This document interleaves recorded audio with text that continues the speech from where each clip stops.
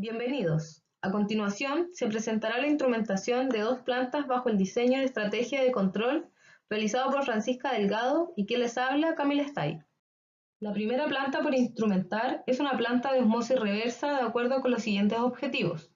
Suministro constante de permeado. Además, este debe cumplir con la condición de calidad de agua potable. Procesar toda la alimentación.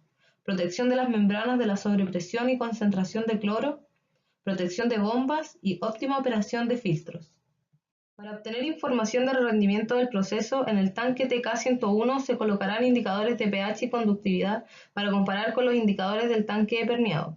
Para la protección de la bomba P101 de alimentación, se utiliza un indicador controlador de nivel, además de un indicador de presión, ambos en la descarga de la bomba. En el estanque TK102, en donde se almacena cloro, se instrumenta un indicador controlador de razón de flujo, con indicadores de flujo para la adición correcta de cloro de acuerdo al flujo de alimentación, además de un indicador de presión en la descarga de la bomba P102 para su protección con un respectivo indicador de nivel en el estanque. Se utiliza el mismo razonamiento para la instrumentación en la dosificación de antiincrustante en el tanque TK103. Como parte del pretratamiento se consta de la adición de metabisulfito de sodio, el cual será regulado con un control en cascada mediante un indicador controlador de concentración de cloro con un FIC, de manera de contrarrestar el efecto que produce el cloro libre en las membranas, además del respectivo indicador de nivel en el estanque. Para un correcto funcionamiento de los filtros de arena y cartucho, se colocan indicadores de presión a las entradas y salidas. Para la bomba de alta presión P105 se coloca en la descarga un indicador de presión para su seguridad.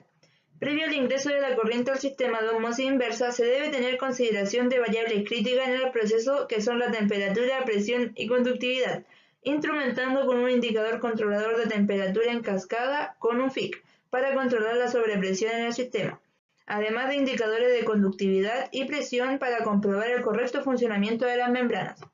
La corriente de rechazo se instrumentará con un indicador de presión y flujo para medir el funcionamiento del equipo. Esta se almacenará en el estanque TK106 con un indicador de nivel y conductividad. Para la corriente de permeado se controlará con un indicador controlador de conductividad en caso de que el equipo no esté trabajando en operación normal y sea posible bypasear la corriente hacia el estanque de alimentación. Como el permeado o producto final debe cumplir con la condición de agua potable, se colocarán indicadores de pH, conductividad y nivel al estanque, además de un indicador controlador de concentración de cloro que en caso de no cumplir lo adicionará desde el tanque TK102, siendo protegida la bomba P106 con un indicador de presión en su descarga. Los 5 lazos de control más importantes son: control en cascada TIC-FIC para sobrepresión previo a la membrana, SIC como bypass en la corriente de permeado, FRIC en adición de cloro, control en cascada AIC-FIC en adición de metabisulfito de sodio y finalmente indicadores de presión en filtros. La segunda planta a instrumentar consta de un proceso de desasfaltado de pitch como tratamiento al residuo obtenido en la destilación al vacío del petróleo, mediante la extracción por solvente con propano líquido. Los objetivos a considerar son: procesar toda la corriente de alimentación y mantener operativa la planta, minimizar el consumo de combustible y make-up de propano, además de tener asegurado su almacenamiento, maximizar el rendimiento del horno y la recuperación del propano, evitar contaminación ambiental del personal y de los equipos, y finalmente obtener producto según especificaciones. Para la bomba de propano y la bomba P101 se utiliza un indicador de presión por seguridad, y para el tanque T101 se utiliza un indicador controlador de nivel.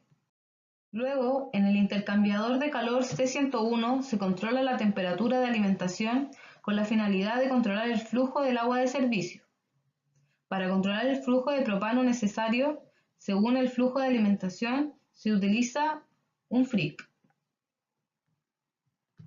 Para la torre de extracción por solvente se utiliza un indicador diferencial de presión, un indicador controlador de nivel que actúa con la descarga de fondo del equipo e indicadores de temperatura en ambas salidas del equipo.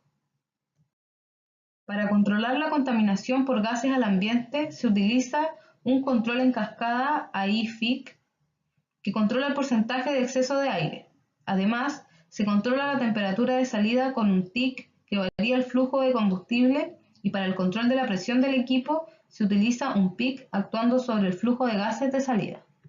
Para el control del separador flash se utiliza un peak actuando sobre el flujo de tope y un leak actuando sobre el flujo de fondo. Para la torre de desorción se utiliza un indicador diferencial de presión. Además se utiliza un indicador controlador de razón de flujo entre los flujos de líquido de entrada y salida, actuando sobre el flujo de vapor. Para mantener la torre con líquido se utiliza un leak actuando sobre el flujo de salida de asfalto y para comprobar las condiciones de este se utiliza un indicador de concentración. Del mismo modo anterior se instrumenta el desorbedor E103, solo cambia el indicador de concentración y tiene por finalidad medir el DAO obtenido. Para el compresor se debe tener especial cuidado que no entre en la zona de surge. Esto se controla con un peak en la salida actuando sobre la válvula que genera un reflujo a la alimentación. Para el condensador se utiliza un indicador de presión y un indicador controlador de nivel evitando que el equipo se seque. Para el separador se utiliza un TIC en el flujo de salida actuando sobre el flujo de vapor. Finalmente, para el condensador se utiliza un TIC actuando sobre el flujo de agua para evitar el subenfriamiento del condensado y se utiliza un leak actuando sobre el flujo de condensado evitando la inundación del equipo. La instrumentación más importante en el proceso son los siguientes. 1. El control del compresor debido a lo costoso del equipo. 2. El PIC actuando sobre los gases de combustión para evitar contaminación al ambiente. 3. El FRIC que permite tratar toda la alimentación que viene desde la destilación.